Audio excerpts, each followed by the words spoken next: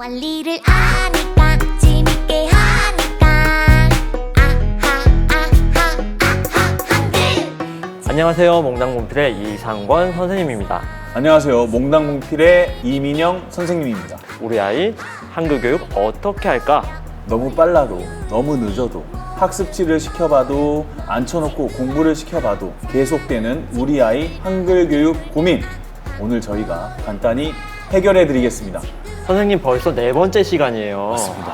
한글 시리즈를 살펴보기부터 한글 교육 시작 시기, 한글 교육 시작 방법까지 살펴보았습니다. 그동안 한글 교육을 시작하려는 부모님들의 고민은 어느 정도 해소한 것 같아요. 하지만 시작만 했다고 끝이 아니죠. 시작은 했는데 점점 더 가르치기가 어렵다고 하시는 분들 굉장히 많습니다. 그렇다면 오늘도 이런 부모님들의 고민을 함께 전해줄 부모님이 계시죠? 이젠 좀 스튜디오가 친숙한 느낌이네요. 한글로 한글을 가르치기 시작했는데 기존 교재랑은 좀 다른 점이 꽤 있더라고요. 몸으로 글자를 만들어보고 소리내어 읽어보고 또 써보고 차근차근 글자를 배워보니까 아이가 확실히 더 좋아하는 것 같아요. 그럼에도 불구하고 역시 한글 교육은 쉽지가 않죠. 아무래도 아이가 발음을 어려워하거나 아니면 글자와 발음을 연결지어서 생각하는 걸 어려워하더라고요. 글자가 복잡해질수록 또 글자가 이제 어려워질수록 읽는 게 쉽지 않은 그런 느낌이랄까?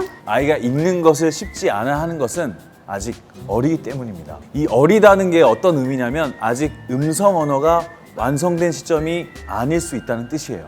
그런데 제 아이 친구들 중에서는 좀 이렇게 잘 읽는 아이들도 있던데요. 맞습니다. 보통 만 5세가 넘어가면 음성 언어는 어느 정도 완성이 되지만 그게 조금 늦어지는 아이들도 있습니다. 그런 상태에서 무리하게 너 한글 읽어 이렇게 시키면 오히려 아이들이 한글 배우기 싫어요 하면서 한글 배우는 것에 흥미를 잃을 수 있습니다. 그런데 또 이런 친구들도 있더라고요. 그런 자음과 모음 같은 거는 금방 또 외워요. 그런데 글자는 또 어려워하더라고요. 연결해서 발음하는 부분을 어려워해야 된다고 해야 되나? 우리가 보통 기역을 기역이라고 읽고 니은을 니은이라고 읽잖아요. 하지만 실제로 우리가 그 자음들을 모음과 결합하여 읽을 때는 전혀 그렇게 발음하지가 않습니다. 이 부분을 이해하면 아이들이 글자를 읽을 때 겪는 어려움도 쉽게 해소해 줄 수 있을 것 같습니다. 그럼 그 부분을 또 어떻게 가르쳐야 될까요? 너무 어려워요. 그럼 우리 다시 한번 외쳐볼게요. 창비 교육에서 나온 원리를 아니까. 재밌게 하니까 아하 한글에 힌트가 있습니다. 예를 들어볼게요. 자음 글자 기역은 우리 기역이라고 부릅니다.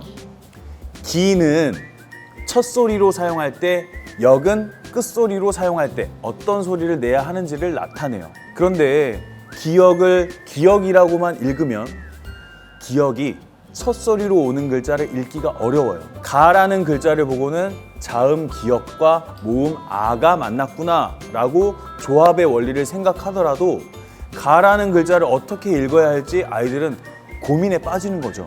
그래서 한글에서는 첫 소리에 오는 자음, 기역, 니은, 디귿을 모음과 연결할 때 소리가 자연스러운 그, 느, 드로 읽습니다.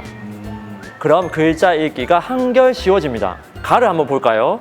그에 아가 붙은 글자예요. 네, 맞죠? 맞아요. 한번 소리내 읽어볼까요?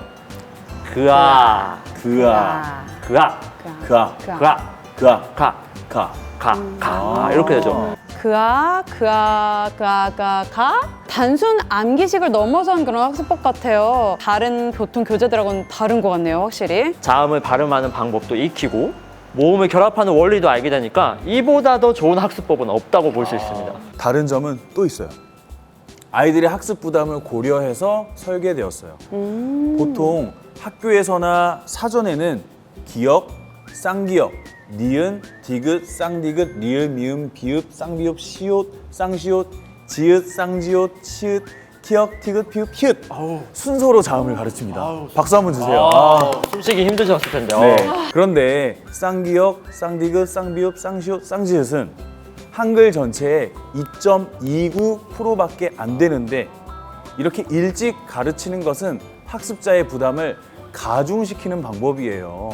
그래서 아하 한글에서는 기역에서 히읗까지만 하나의 묶음으로 가르칩니다. 기역에서 히읗이 초성에 오는 경우가 전체 한글의 97%가 넘기 때문이죠.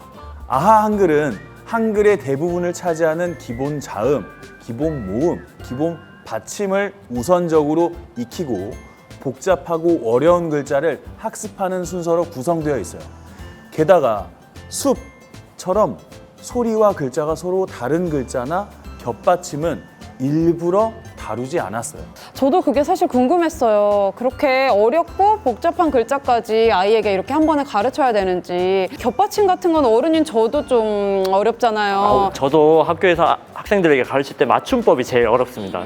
정말 공감하는 내용인데요. 아 한글은 한글을 배울 때와 맞춤법을 배울 때를 구분해야 된다고 안내하고 있습니다. 숲, 밭을 발음하면 숲밭이죠. 네.